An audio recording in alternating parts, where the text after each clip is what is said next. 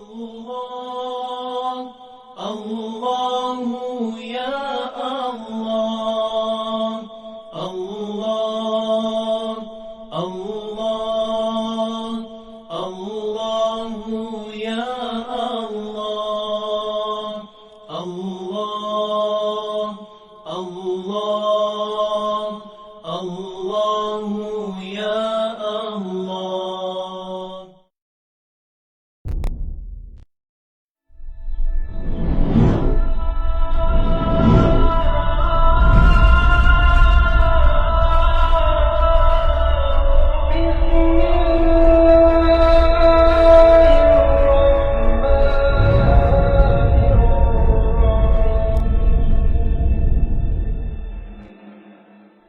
Solat dia kira tak okey, yang lain tak mudah.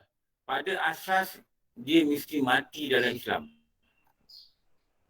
Pada asas mesti dia mati dalam Islam. Kalau dia mati kufur, dia mati tidak dikira iman dia, solat-solat boleh pakai, solat boleh terima.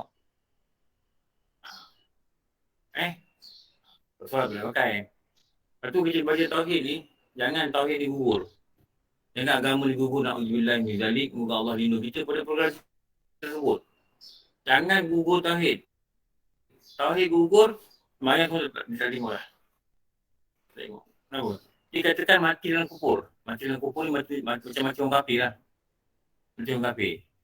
Jadi solat ke apa benda ke, bagi duit ke apa benda ke, berjaga mak ke apa benda ke, sedekah kat masjid ke apa benda ke, masuk duduk tabung surau ke benda ke, dan nilai lah. Sebab tauhid gagal. Tauhid gagal. Lepas tu kita dah belajar 5 rukun Islam. 6 rukun iman. Kita dah belajar habis tau. Jadi ini tapisan ni lah yang gagal. Balik rukun iman je yang gagal. Baca balik, dengar balik kuliah tu, apa yang wajib kita etikatkan, kita etikatkan betul. Kadang-kadang tak faham, dah belajar pun tanya balik tak erti. Apa maksud dikatakan percaya pada Rasul? Cuba terang sesuatu yang kita kena yakin. Dan kita gagal nak terangkan. Kita gagal terangkan. Tapi dah lalui, ilmu dah lalui, dah. Belajar, dah. Tapi tak dapat lagi. Itu maknanya kita bukan ada ilmu. Kita hanya dengar je ilmu tu masuk di kita dan dia keluar balik. Dan tidak di-applykan dalam diri. Dan lebih apply ni yang kata betul dia beriman, dia percaya. Contohnya dia percaya apa? Dia percaya rakit atib. Catit amal. Jadi dia tak adalah buat, tak ada risau. Kalau dia buat satu orang tak nampak, tak apa. Malaikat catit amal aku. Tapi malaikat catit pada lahir je. Buat dia catit. Nanti akan dipersembahkan kepada Allah. Last kali tapisan dia adalah apa? Langit ketujuh. Apa tapisan Allah nak terima amal kita langit ketujuh? Apa dia? Ikhlas. Ikhlas. Kita dah belajar dulu ni. Langit pertama, ngumpat. Langit kedua, apa tapisan. Kalau gagal pada langit ni, dibuang ke bawah, ke bumi. Dicampak ke bumi. Kalau sampai langit ketujuh, Allah sendiri yang simak, Allah sendiri yang cek. Dan cek itu nama dia ikhlas. Lepas tu dah faham ikhlas? Ikhlas pun dah faham. Apa makna ikhlas? Apa tingkatan ikhlas? Apa tanda ikhlas? Tak faham. Ikhlas ni dari segi bahasa dia apa? Dari segi istilah dia apa? Tak erti. Mana nak dapat ikhlas? Makna pun tak faham. Sama dia katakan ittaqullah, hendaklah kamu takwa pada Allah. Nama takwa apa? Tak faham. Orang yang takut pada Allah itu, orang yang beriman itu takut daripada Allah. Mana takut apa? Pun tak faham. Serba-serbi tak faham. Itu yang payah. Jadi saya kata dengar balik AB, dengar balik rakaman, tengok balik nota. Sampai kita boleh dapat dan ilmu itu kejap. Ilmu itu melekat dalam hati. Al-ilmi fi sudur. Kalau selagi tak ilmi fi sudur, kita dikatakan tak ada ilmu. Kita ada ilmu, macam nak amal. Jadi hati-hati dalam mulut kita, cakapan kita, lidah kita. Terutama ni dalam zaman orang sebar berita, dapatkan maklumat. orang ni cakap ini, peguam ni cakap macam ni, dia kata Islam ni sebenarnya gini-gini, dia dah faham. Dan dia membela pula benda-benda jahat. Dia kata, okay, what the problem? Oh, cakap orang putih lagi ni. Kita punya geram, sampai kita kata, dia ni yang masuk kafir lagi bagus. Ni. Kita ingatkan kita mempertahankan agama. Kita ingat, kita mempertahankan agama. Kita cari nombor dia, cari dia punya FB, cari, kita hantar dia mesej. Kau ni masuk kafir lagi bagus. Sebab segmen dia cakap tu, dia membela kemungkaran. Tahu? Dia kata, apa salah minum arak? Contohlah kalau kata gitu. Apa salah campur lagi perempuan? Apa salah lagi ni? Apa salah itu? Dia menghalalkan benda haram. Memang daripada syiri tu dah nampak dia murtad. Tapi sebagai kita yang belajar agama, kita tak boleh hantar mesej kat dia, tak boleh hantar SMS kat dia, tak boleh hantar melalui FB dia, tak boleh hantar melalui dia punya blog. Saya cadangkan awak ni pergilah jadi kafir. Tu bahaya. Dan kita rasa kita telah mempertahankan agama. Rupanya, na'udzubillah min zalik, dalam tak sedar dia dah roboh agama ni. Hati-hati tau. Kalau kita tak belajar tertipu kita dengan semangat kita. Ramai yang tertipu dengan semangat. Semangat ni dikadang menipu lah, tanpa ada ilmu yang betul lah. Tu yang ni. Okay. Mengaku yang terakhir. Mengaku melihat Tuhan.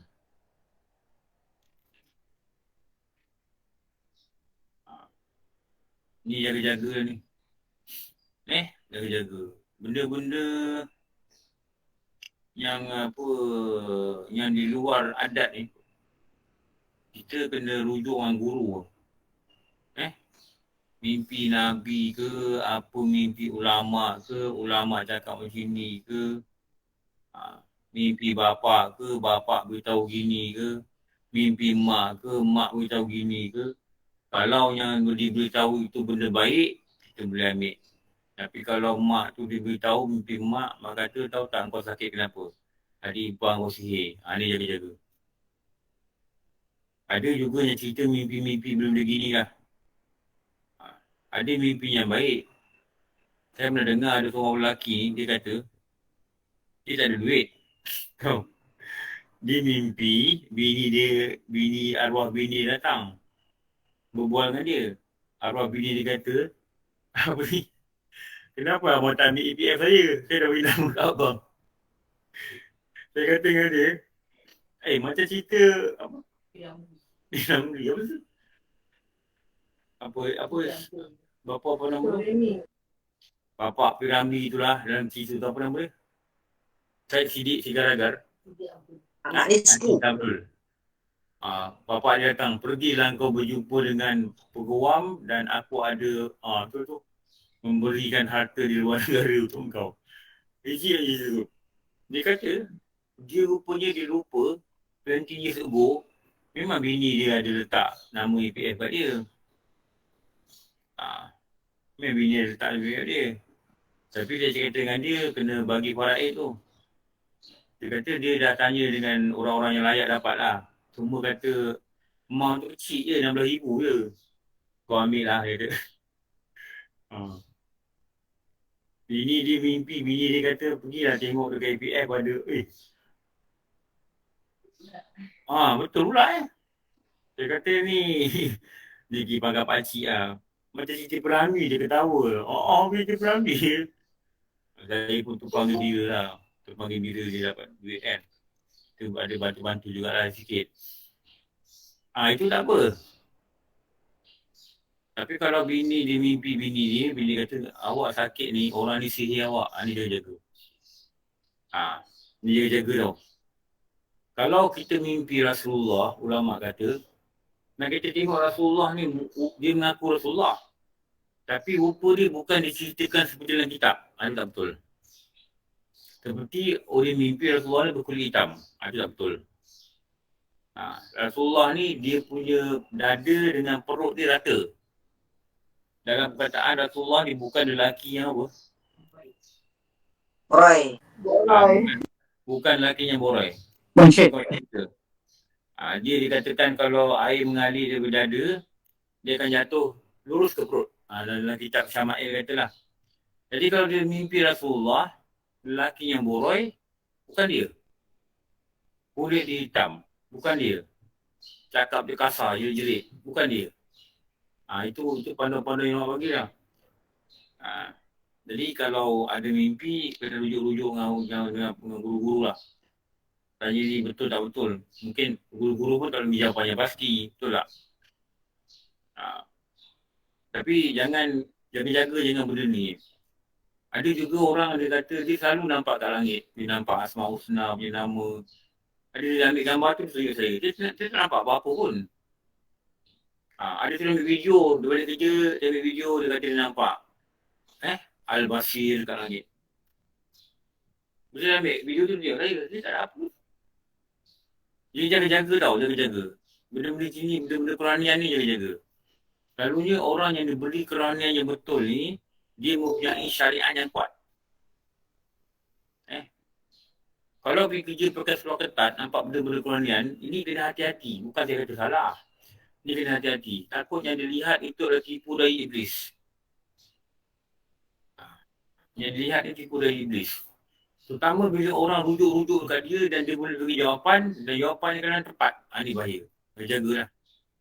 Jangan bertipu Jangan bertipu dengan benda gini. Benda gini kalau syaitan dia tipu pada akidah. Ada orang yang dah kata diri dia dah sampai makan-makan berikut dan tidak wajib bersemayam bagi dia. Itu dia bukan murtad.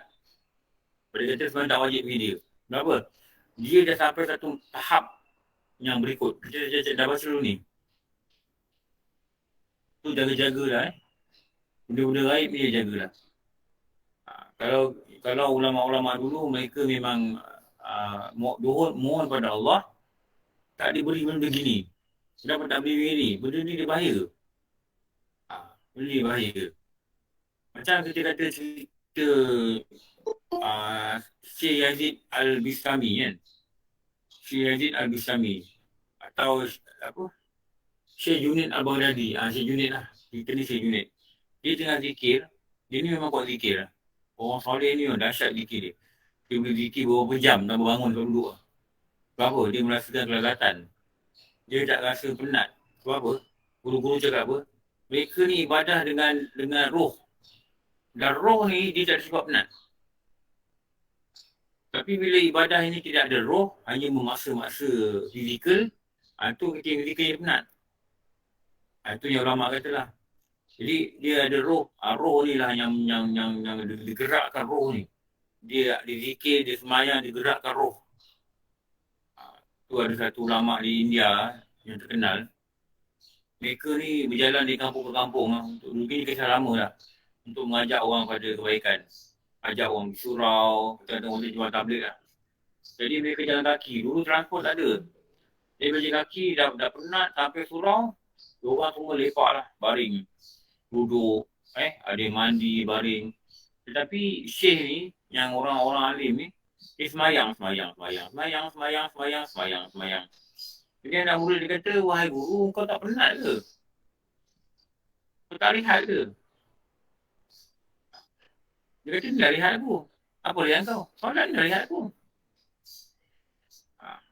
Soalan ni dah rehat aku. Dia kata, bukankah nanti kau tak rehat, nanti kau tak tenaga? Guru dia kata apa? Bukan tenaga tu yang bagi aku rehat. Siapa yang bagi kita rehat? Siapa yang beri kita tenaga? Bukan duduk tu beri aku tenaga balik. Tapi yang beri tenaga pada aku ialah apa? Ialah Allah. Dapat dia jawab itu. Kena murid dengan kepala. Tapi itu yang betul. Kita payah sikit nak amalkan. Sebab kita banyak bersandar bersebab. Dia kata tadi tak rehat. Itu yang penat. Kita boleh kata gitu tau. Tapi kita boleh kata gitu, kita boleh itikat itu. Itu nama dia majazi, bersandar kan. Tapi tak boleh itikat. Tak boleh itikat dengan rehat ni aku kuat. Yang beri kuat ni bukan rehat. Yang beri kuat ini la haula wala, itu kita baca kan. Tapi melahirkan sebab. Apa ni? Dia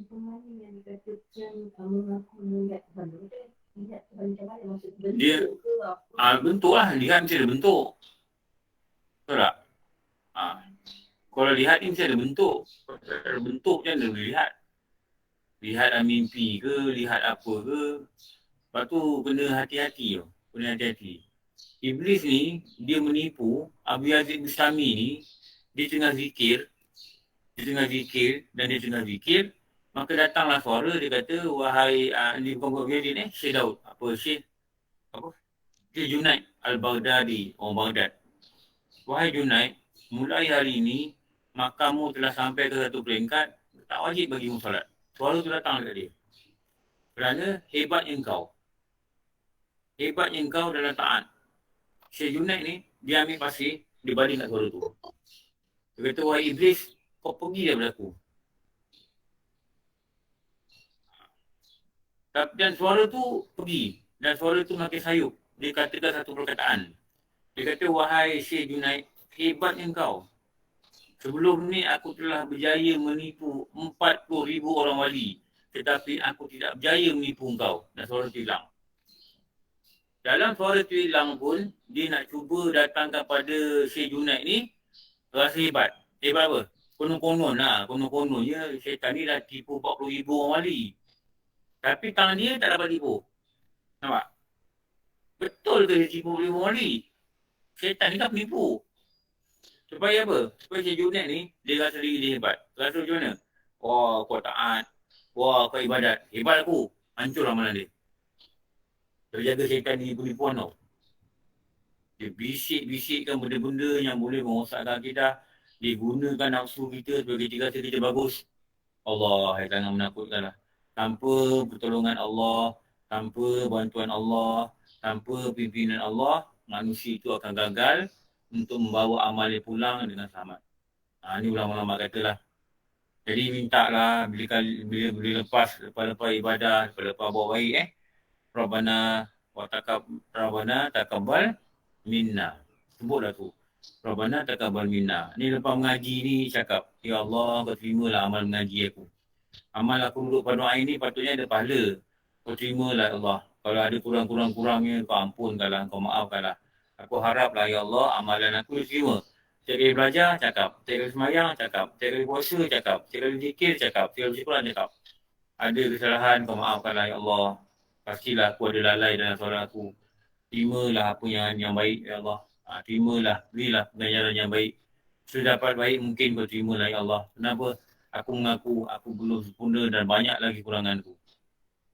Rabbana taqabbal minna. Baca doa tu yang dibaca oleh Nabi Allah Ibrahim dan anak ni Ismail selepas mereka membina akan Kaabah. Okey.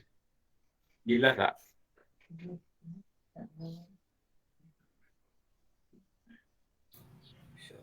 InsyaAllah. Saya baca hebat anything. Tak ada Ustaz. Saya mengaminkan.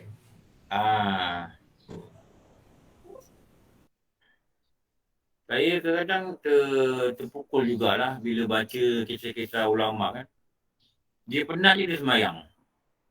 Penat anda boleh kata, nanti tuan tak rehat, nanti tuan tak ada tenaga.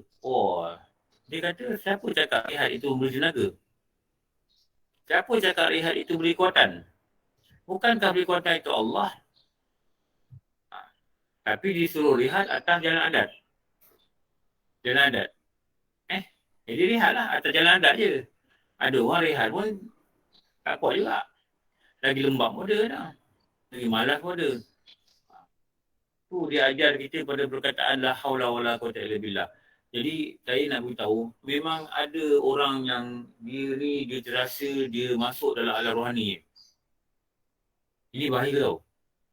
Dia kata dia jumpa Nabi lah, gitulah, ginilah. Nabi cakap dengan dia ginilah. Tiap-tiap beberapa hari dia jumpa Nabi, saya juga takut dengar. Ada yang dikata kawan dia gitu ke jumpa Nabi. Ada yang kata dia jumpa Nabi cara jaga. Wallahualam. Kita tak boleh cakap apa-apa lah. Tapi dia mesti ada panduan. Betul ke yang dijumpa tu Rasulullah?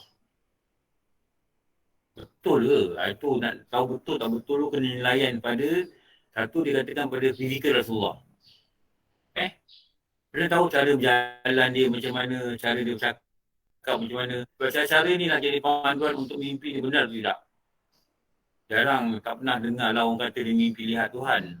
Tapi orang kata mimpi lihat Nabi ni. Tapi kalau dia kata mimpi lihat Nabi, jumpa Nabi, dia tak dikafir. Cuma kalau ada apa-apa yang dicakap oleh Nabi tu, dia tak boleh menjadikan sesuatu itu sebagai fatwa. Dia mungkin boleh ambil sebagai panduan hanya untuk dirinya sahaja. Hanya untuk panduan dirinya saja. Kalau kita mimpi jumpa para sahabat, ada orang tidur kita ni Sayyidina Abu Bakar. Hanya untuk panduan diri kita saja jika perkataan itu adalah kena dengan syariat. Kalau perkataan tidak kena dengan syariat, adanya mimpi jumpa guru. Dan guru berpesan. Apa-apa pesanan. Kalau pesanan itu okey dan mengikut syariat, maka boleh. Kalau pesanan itu tidak mengikut syariat, gimana dia Talim? Jika panduan itu tidak mengikut syariat, maka tidak boleh diikut. Ini jaga-jaga. Kita kena jaga kenapa? Dalam mendayung syariat ni, dia kadang-kadang dia terlajak pada alam rohani. Terlajak pada alam rohani. Alam rohani ni mesti minta panduan. Mesti ada guide pada seorang lah guru. Ada yang dikir-dikir, dia kata dia nampak ni, dia nampak tu, dia rasa wah masuk dalam alam ni, alam tu. Ini sangat bahaya lah. Sangat bahaya Jaga-jaga. Kalau terkena ni, jaga. Jangan biar dia bawa kita. Kita kena cari diri kita. Kalau kita makam kita tak sampai itu lagi. Makam kita tak sampai itu lagi.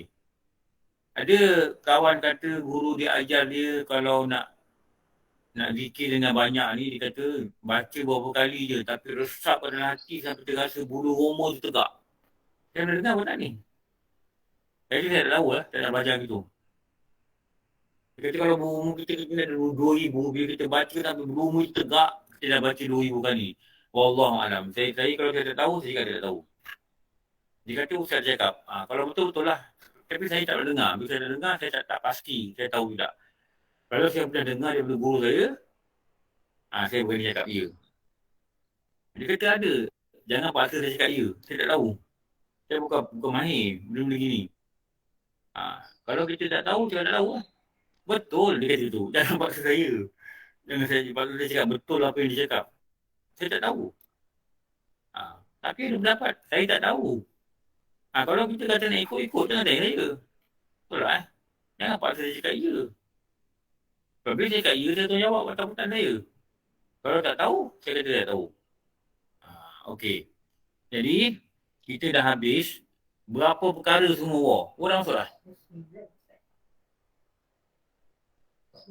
49? 49 Ustaz. 49. 49 Ya. Ya, war sejak repair telefon ni, suara nampak makin gagah. Ustaz, boleh tanya sikit Ustaz? Tapi bab lain lah Ustaz boleh? Apa? Bab surau damai malam tadi Ustaz. Boleh? Mana? Yang surau damai tu pasal yang kubur tu Ustaz. Ya. Okey, ni masalah War punya ni lah. War pernah kebumikan 7 jenazah satu lahat Ustaz. Satu lubang Ustaz. Kenapa Dia tak ada? Bukan. Ni kes dia masa tanah runtuh tahun 2009 Ustaz. Yang anak yatim tu. Oh, Tafiz. Tafiz anak yatim tu. Sungai Yang ada Semukis betul. Ada belas yang tertimbun lah, meninggal. Jadi tempat war ni 7 orang je dia terima sini lah. Lain gombak apa semua. Oh, Jadi war buat satu lubang Ustaz, 7 orang tu Ustaz. Boleh Ustaz? War rasa harap pula Satu-satu? arahan pada masjidnya tu Ustaz. Bila dah belajar ni malam tadi kan tu. Kalau patutnya kalau tanah kena buat satu. Ya. Kalau tanah. Tanah betul tanah. Kalau ada tanah, kalau ada ruang. Ada ruang. Ada, memang ada ruang kubur tu Ustaz. Tapi arahan masjid tu. Tak boleh lah. Ya, itulah boleh baca Ustaz Teraman tadi kan. Gua ingat Yang dua saya pun belajar haram. tak boleh. Ni tujuh sekali. Kenapa boleh buat sekali? Buatlah asing-asing. Arahan dia. Itulah arahan dia macam tu. Orang masa tu Yelah, kita ilmu tak pun boleh buat tak. apa lah. Kita sebagai Ah, penghari, ikut je lah apa betul. benda pandangan dia orang kan. Betul. Sebab dia nak Ah, satu dia, liang dia dia. yang dia yang boleh ni, Hmm, kalau tapi satu liang. betul satu liang. Maksudnya Jadi satu kubu besar. sini, Lepas tu dalamkan. Lepas tu tapi buat macam ni teraju Ustaz. Maksudnya tengahnya kubu. Bukan lahat. Maksudnya lahat kita tak buat ke kiri kan. boleh. Boleh? Itu boleh. Dia Oh yang tak boleh, boleh. ni satu liang. Oh okey Ustaz. Okey alhamdulillah faham Ustaz. Jadi gini, Ah, itu ada satu, dua, betul. tiga, empat kan. Betul macam tu. Betul. Dia satu lubang besar. Lepas tu ada Betul. satu kotak. Lepas tu bawah tu Okey. satu liang. Betul. Jadi Oh satu orang baris-bariskan tu dia. ada satu liang. Betul. Oh baris-bariskan dia. Susun itu. Satu orang ada satu parit liang lah. Betul. Satu ni parit liang. Ah, Betul tu. alhamdulillah. Oh risau Jadi orang saya tadi nanti ingatkan tak tanya. dia buat satu liang, dia masuk ke tujuh tu. Oh kan. Bukan. Oh tu Dia ada risau tu. masih memiliki tempat terasing lah. Di lubang Betul. besar. Lepas tu ada buat parit, buat kotak kan. Betul. Kotak ni nanti ada liang. Liang ni dia letaknya papan, lepas tu dia letak tanah. Cuma kampus tu sekali lah tu. Betul. Dia Oh, pakai ni. itu bila saya kat dua. Betul. Kalau dua betul tak? Dia pakai ni lah masa sekali. Mula-mula bukan beho, tapi bila 9 ni Ustaz, pemberita semua datang, banyak engineer datang, tu yang beho tu lari. Beho tu yang buat India. Orang bagi orang kontraktor. India pun tak apa. Tak masalah, kontraktor banyak cakap yang buat ni lah macam ni. Mula-mula cakap, okey kau ambil ni, aku bagi kau beho, kau uruskan dengan India ni. Okey lah. Tapi bila buat jalan ni, tahulah bila pemberita banyak, engineer pun ramai lah. Yang ni sekolah ni dekat ni, yang sekolah ni dekat ni, yang sekolah ni dekat ni Ustaz. Tapi yang luar balik India tu. Itu yang payah tu. Katanya dia punya, kita kena faham dalam kita kata kubur ni dia dalam dia 4 hasta dalam sikit. Ingat dalam malam belajar. Betul 6 kaki 6 kaki betul. Satu hasta 48 cm. Betul. Jadi kalau semalam saya suruh orang kali. Dia orang tak kali. Dapat lebih kurang 6 kaki Ustaz. 72 inci. 48 kali dengan 4. Bagi garingan 0.379. Lebih kurang 72.7 inci. 6 kaki tu. 72 inci 6 kaki. 7 inci tu 6 kaki. Tengok Okey, betul. bagaimana dia orang convert dengan tepat. Saya nak cakap convert macam mana.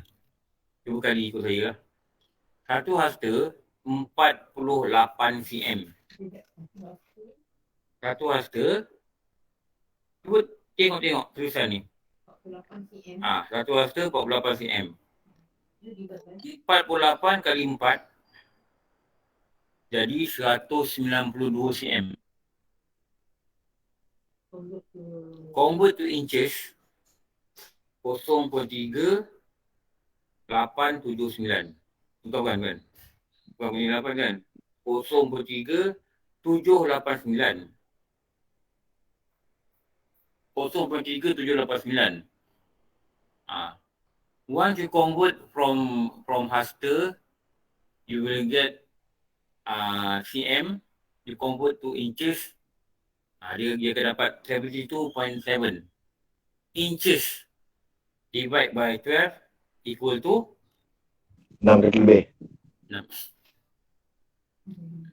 Ji ajar agama ni bukan ajar matematik.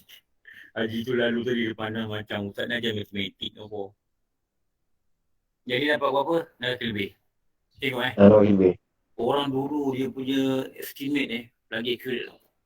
Itu yang Haji Sattar kata, Sudin, kau nak rumah tak Sudin? Rumah sewa, dia kata. Rumah sewa tu bagus Sudin, rumah bawah, dia kata. Dalam dia 6 kaki, dia kata. Cukup pun, dia kata. Itu dia. Itu saya kata malam kan. Piramli pun belajar kitab. 6 kaki dalam sikit. 6 kaki setengah ke 6 kaki. Oh, selalu gali berapa kaki? Lebih kurang sekitar 6 kaki Ustaz. 6 kaki lebih kot, gitu. 6 lebih lah. Tapi macam maksud dia macam panjang dia Ustaz. Tu kadang-kadang macam ni Ustaz. Papan tu memang 6 kaki. 26. Lebar Ya. dia Lebar dikata dia semua 26 badan 3. yang melentang. Lalu apa? Lebar dia lebih kurang akan perhatikan badan arwah ni. Lepas tu panjang. Maksud dia kalau panjang Ustaz, standard dia 6 kaki panjang. Bukan dalam, panjang 6 kaki. Tapi Dalam 6 kepala tu kaki, apa panjang dia? memang 6 kaki. Tapi panjang Lebar? tu panjang sikit. Maksud dia panjang tu Ustaz. Kepala dia ambil 6 inci lagi, kaki dia 6 inci. Sebab kadang-kadang ada orang Malaysia ni dia standard 6 kaki lah. Mana yang rasa panjang, akan panjang sikit lah.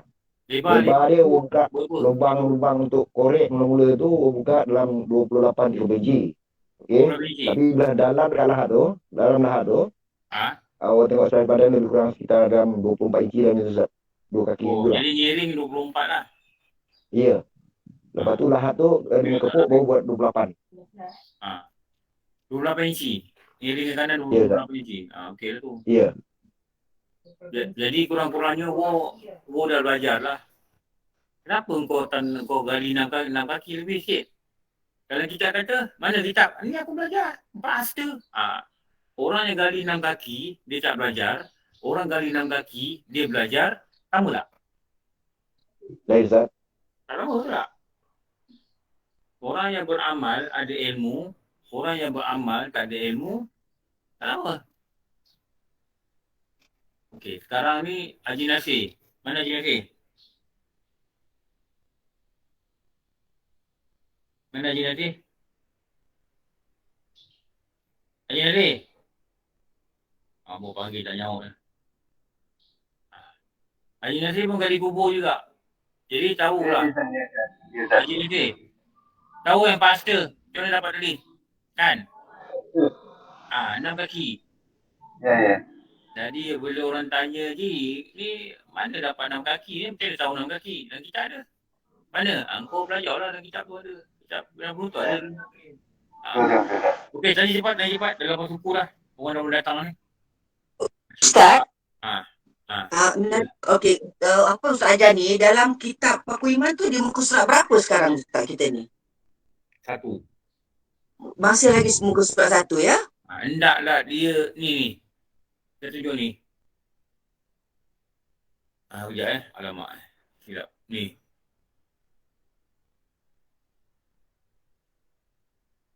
Etikat ni. Hendaklah ia masuk Islam, wajib pada wajib usuli, memelihara dari segala binasa. Ni. Jumpa tak perkataan tu? Dekat kitab. Buku berapa dalam kitab? Memelihara ia daripada segala binasa. Maksud dia murtad. Jadi saya huraikan perkataan binasa murtad tu, apa yang membuat dia seorang itu menjadi murtad. Kenapa? Dia wajib usuli. Jumpa dalam kitab. Saya cuba kitab lah ni. Muka surat 3 Ustaz. Ustaz di 3. Ya, muka surat 3 Ustaz. Tapi 3 ni muka surat pertama Ustaz. 3 lah. Sebab di depan tu ada muka 5 apa benda bait apa dulu kan. Jadi sebab tu yang kita belajar tu. Ni. Wajib atas setiap mukhalaf akan wajib usuli masuk agama Islam. Lepas tu bukan saja masuk agama Islam. Dan dia kata memelihara dari segala murtad. Saya uraikan perkataan tu, saya cerita bab-bab yang boleh membawa kepada murtad. Kena faham tau cerita ni. Kena faham kita dekat mana. Jangan cari mana ni cerita ni tuan. Memang tak ada. Ni huraian. Memang kalau mengaji dekat produk-produk begitu. Satu perkataan ni kalau kitab tu tak urai dengan detail, dia akan ambil sokongan dari kitab lain, menerangkan maksud dan diterangkan dengan panjang lebar. Tu kalau baca Paku Iman ni memang tahun tak habis. Okey. Lagi soalan tadi siapa nak tanya?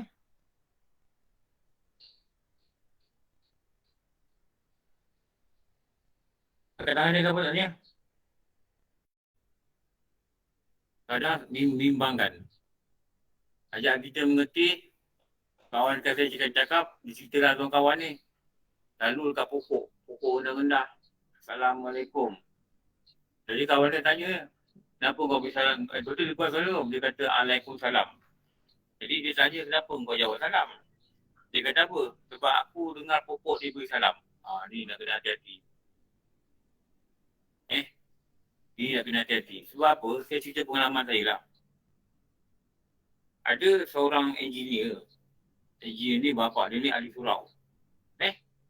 Satu hari budak ni, dia menjerit dekat masjid. Lepas tu saya duduk kat ceras. Dia menjerit kat satu masjid. Masjid tu nama dia Zubair Al-Awam. Kami sembahyang Jumaat kat sana lah. Betul. Satu hari Jumaat, dia sembahyang depan saya. Tiba bila dia datang sunat, dia menjerit kokon. Dia sebut nama dia. Siapa nama dia? Nama dia Zamri ke? Saya ada nama dia Zamri lah. Zamri ke? Apa nama dia? Dah lupa nama dia. Tapi kalau tak salah nama dia Zamri. Dia jerit, Ahmad Zamri Imam Mahdi, Ahmad Zamri Imam Mahdi, Ahmad Zamri Imam Mahdi.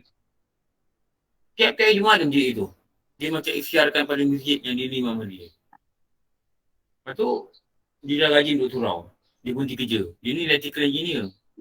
Dia berhenti kerja. Lepas tu, bapak dia tanya dia kenapa gini. Dia kata sebab dia mimpi dia jumpa Nabi ke jumpa siapa pun saya tak ingat lah.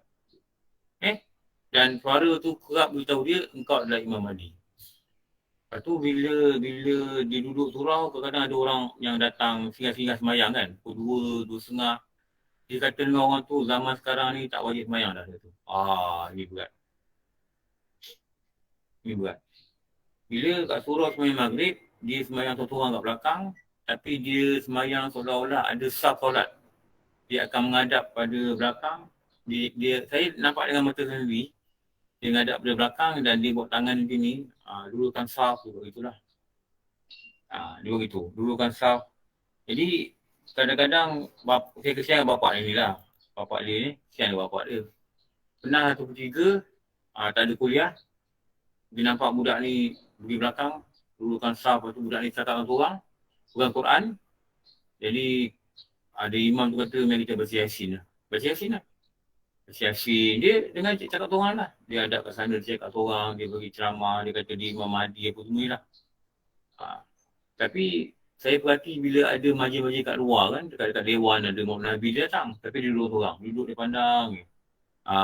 Saya tanyalah bapak dia, Cik, kenapa sampai jadi macam ni? Apa masalah dia sebenarnya? Dia cakap, saya tak tahu lah. Dia pun tak pasti benda ni betul tak betul lah. Saya rasa dia pun tak pasti. Dia kata belajar daripada internet. Dia kata. Tapi saya tak tahulah betul tak betul sebenarnya kan. Dan sejak dia belajar dengan internet tu, dia mula mimpi gini, dia nampak gini, dia nampak gitu, nampak gini. Akhirnya dia declare diri Imam Mahdi. Imam Mahdi ni, kita kena tahu. Rasulullah kata, nama dia macam namaku, nama bapa dia macam nama bapaku. Dan hidung dia mancung. Adalah ciri dia. Tahu? Kalau dia kata nama dia Ahmad Zamri, bukanlah dia. Betul tak? Dari segi ilmu pun dah ternafi. Ini kenapa tau? Ini kenapa? Bapak dia cakap, saya dah cakap dengan dia. Dia kena macam ni sebab dia tak belajar agama. Dulu adalah belajar, masa belajar 2 dan 3 tu adalah asal-asal agama. Tapi sebab dia ni selalu asyik dengan bab Quranian tau. Dia suka kagum macam cerita pelik tau. Wali ni terbang, dia suka cerita gitu. Sama juga dengan satu kawan yang saya kenal lah. Akhirnya anak dia ketuk kepala bapak saudara dengan helmet. Meninggal. Tu saya dah nak cerita kat sini lah. Ngeri lah cerita tu. Ngeri. Ini sebab apa tau? Sebab anak dia ni mimpi ni, dapat arahan gini, dapat arahan gini. Kenapa? Dia telah terjun pada alam Quranian dengan tidak dipandu dan dia tidak merujuk kepada siapa. Dan keluarga dia pun menerima dia ni sebagai orang yang dapat keajaiban dan mereka memanggil sebagai orang soleh. Dan dia dikatakan berubat orang. Ini cerita betul ni. Lepas tu dia nak ubat bapak dia ni yang isap rokok, nak berhenti, dia ketuk dengan helmet, meninggal. Dan cerita betul. Waktu tu abah dia ni. Dan dia tak berdirikan saya kenal dengan keluarga ni. Allah. Dan saya dah pesan dia dulu, benda-benda gini kena buat sesuatu. Jangan biarkan, jangan belayan tau. Jangan kata, suara dia kata, dengar cakap dia ni. bahaya. Kalau benda ni melibatkan ketuhanan, seperti dia kata dia mengaku melihat Allah, ni habis ni murtad. Kenapa? Bila lihat, mestilah ada mungkin juga halusinasi lah, saya tak tahu lah. Apa actually kalau psikologi dia kata halusinasi. Orang tahu yang dia ketuk bapa saudara dia mati, bila bulan puasa tau, bila orang balik surau, orang tu orang jiran dia lalu nampak darah keluar dari pintu. Ini bukan halusinasi tau. Lepas tu kita ni kena hati-hati dalam menuntut ilmu ni, dalam mengkagumi kisah-kisah para wali, betul yang orang ni kata betul. Tapi jangan sampai kita rasa kita ni dipimpin oleh satu wali ni beri arahan. Ini yang ada kawan-kawan kita cakap ni. Dia ikut kata Syekh Qadir Al-Jilani. Ya ke Syekh Qadir Al-Jilani? Dia jumpa guru dia menurun. Saya adalah Syekh Abdul Qadir Al-Jilani. Dia kata gitu. Dan bila orang ni beri arahan, dia ikut. Ini sangat bahaya tau. Ini sangat bahaya. Bahaya apa? Takut benda ni pelik-pelik. Allah, saya dah tengok, saya takut lah. Seram Cinta Ustaz. dengan Allah. Ya? Seram dengar. Seram saya Dengan dengar. seram. Memang saya pun seram. Saya tengok depan mata saya seram. Dia cakap dengan saya, bang, dia kata, dia cakap benda bukan. Dia kata bukan begitu, dia kata. Kadang-kadang bila kita lawan dia nak marah pula.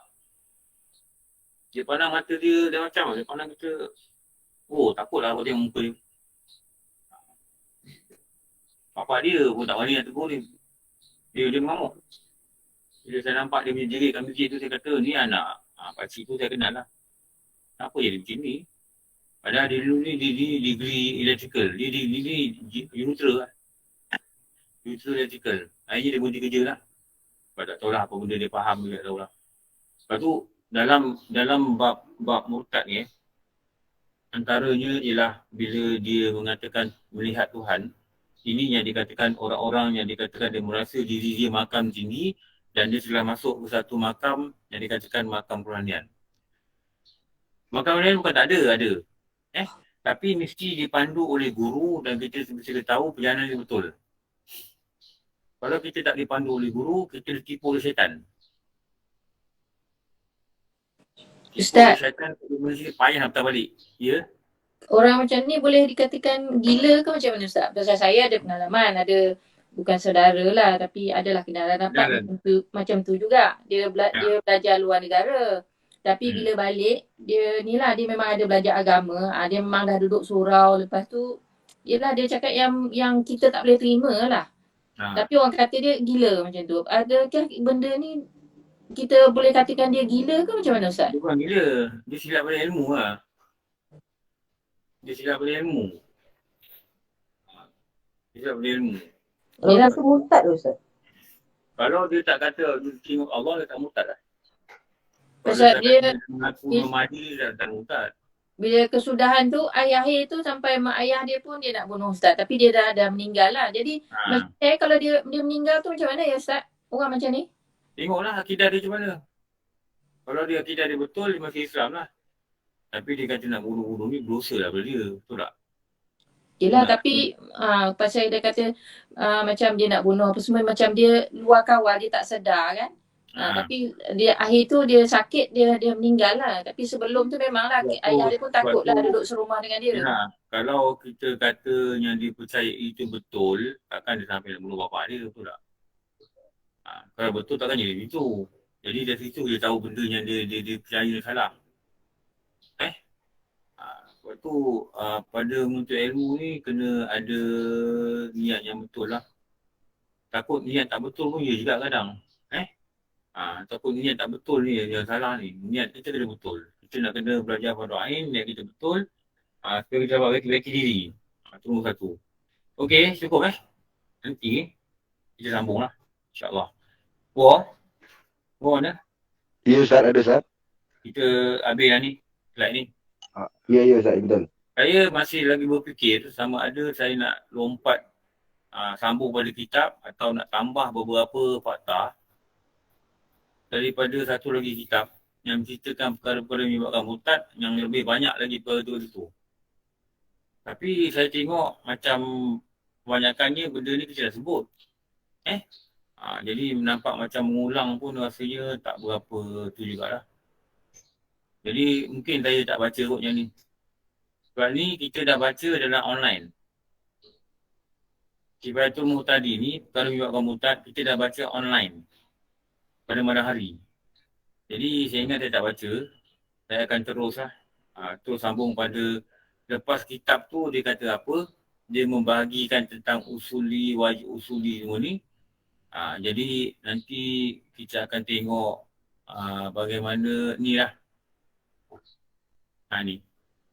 Bagaimana dalam kitab Pakliman ni dia disebutkan wajib syar'i ni dia dibagi wajib kifayah, wajib aini.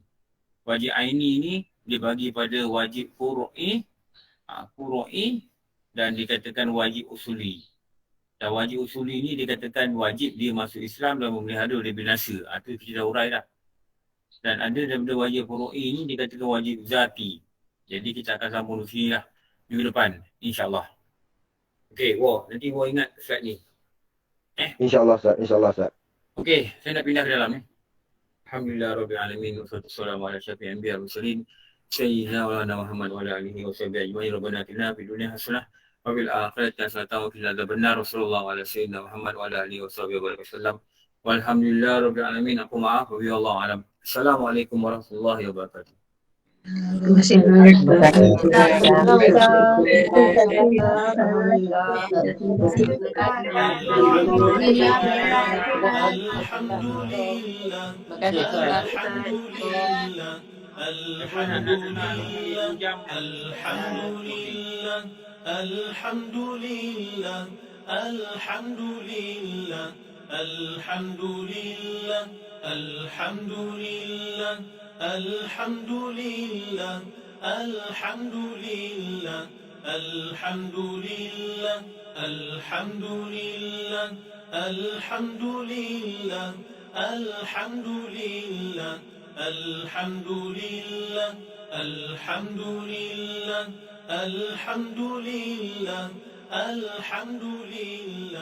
Alhamdulillah.